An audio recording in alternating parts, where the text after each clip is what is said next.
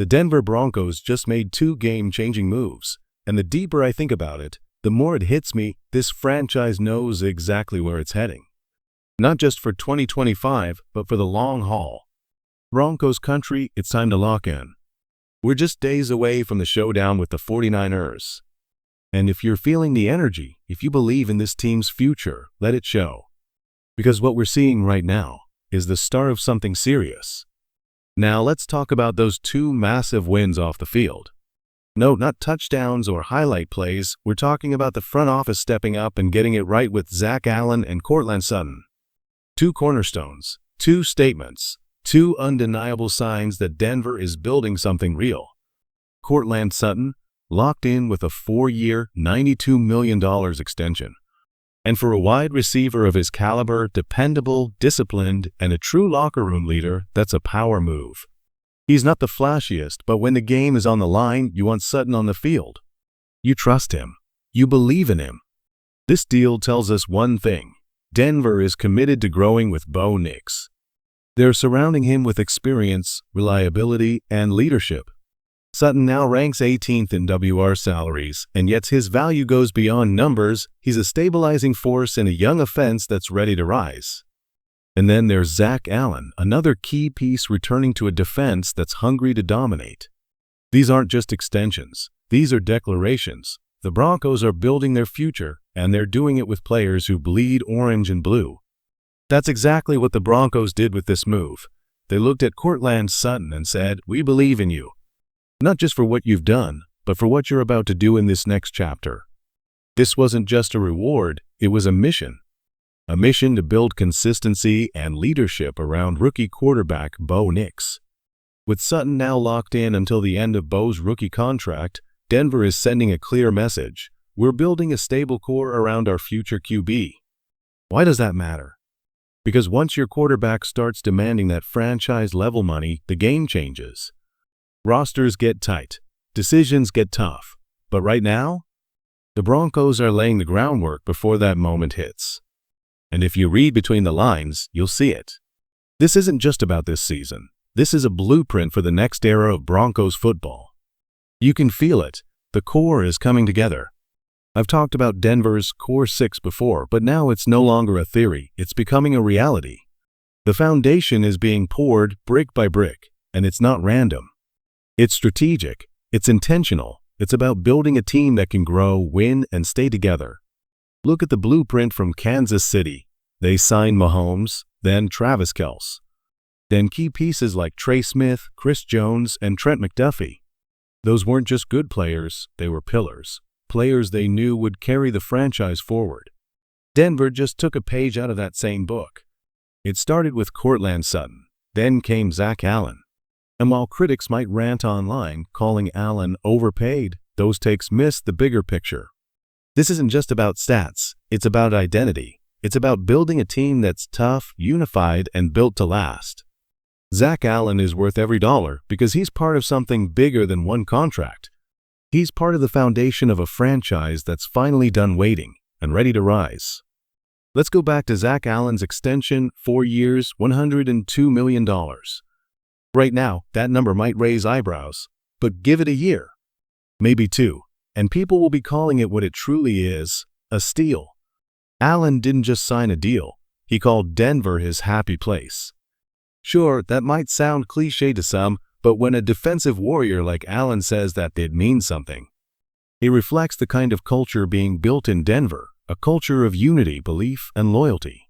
Credit goes to Sean Payton and George Patton for fostering that environment. Players want to stay. Players want to win here. And if we're being honest, last season, the stat sheet didn't tell the whole story on Zach Allen.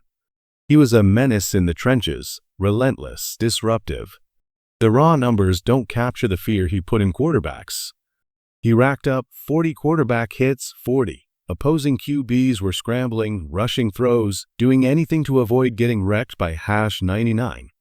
Even with so many plays where he didn't get the final hit, he still closed the season with 8.5 sacks.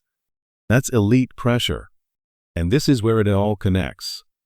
Earlier, we talked about Denver's core, the players this team is choosing to build around. That list is no longer a vision. It's becoming reality. Let's run it down. Patrick Surtain 2 locked in. Zach Allen locked in. Courtland Sutton locked in. Bo Nix still on his rookie deal. Massive upside. Quinn Miners locked in. Nick Bonito, rising star, ready to explode. These are your pillars, the foundation of the Denver Broncos moving forward. And when your quarterback is still on a cheap rookie deal like Bo Nix is, you have the flexibility to build around him the right way, with elite talent on both sides of the ball. This isn't random. This is calculated.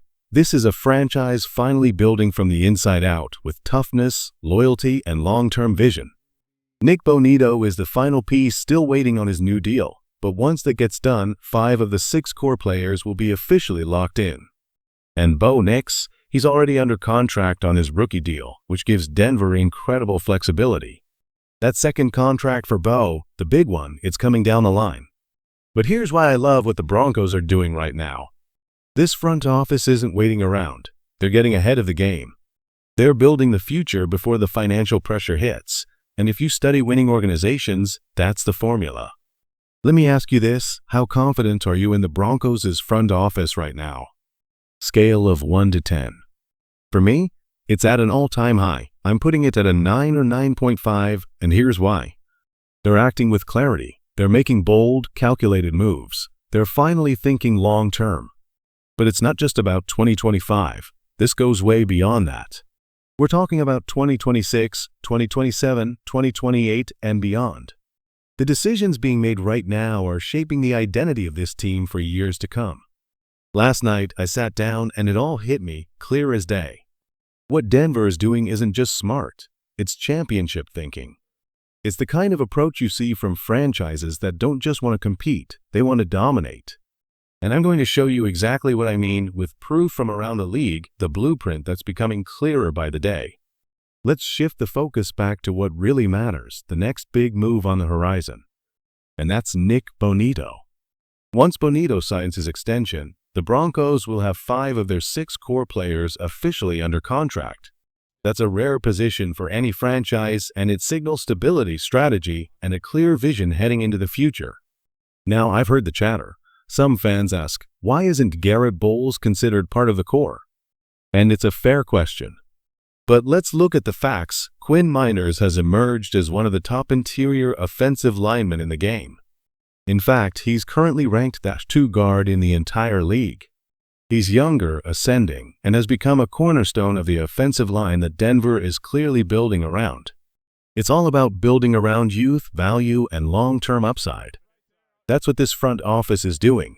They aren't just thinking about today, they're thinking about who will still be thriving 3, 4, even 5 years from now. They're thinking about protecting Bo Nix, giving him time to grow, and surrounding him with talent that will be there for the long haul. Nick Bonito is the final domino. And once that piece falls, the foundation will be complete, and the Broncos will officially have their core of the future locked in and ready for battle. Now look, Garrett Bowles has been solid. No question about it. But when you're identifying your elite core, your top 6, he's just on the outside looking in.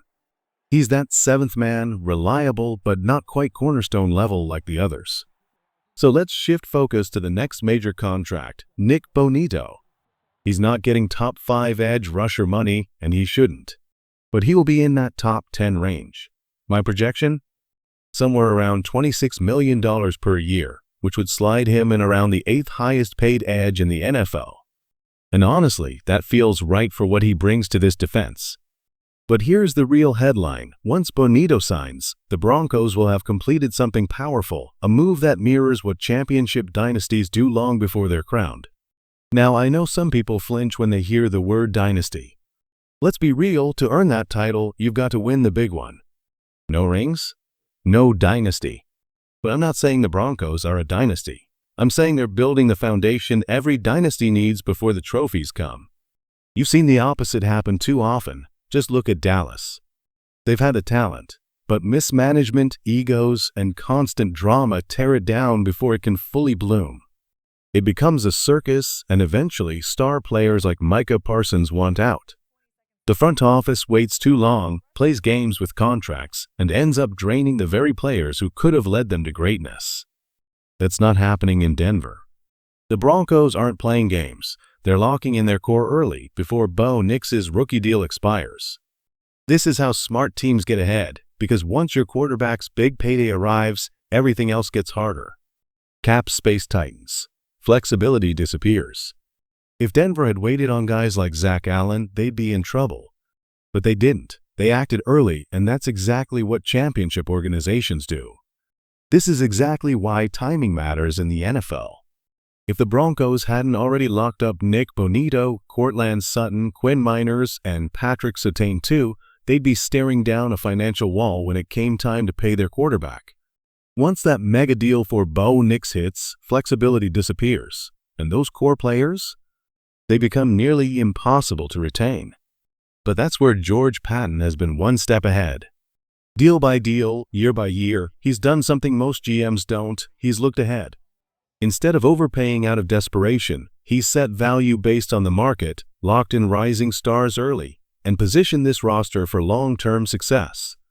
It's calculated, it's smart, and it's rare. But here's the reality Broncos fans need to understand. When Bo's rookie deal ends, he won't be cheap. The floor, the bare minimum, is going to be around $50 million per year. And depending on how the market shifts, that number could rise to $60, $70, maybe even $75 million. That's where the NFL is heading. So you lock in the foundation before that moment comes. And now with Bo on his rookie contract and 5 key players already locked in, the Broncos are set up for something special. Even Sean Payton said it himself recently, "Our Super Bowl window is officially open." This isn't hype, it's a vision coming to life. A young, talented core. A promising rookie quarterback, a head coach with experience, and a front office executing the plan step by step. The window is open. And the time is now.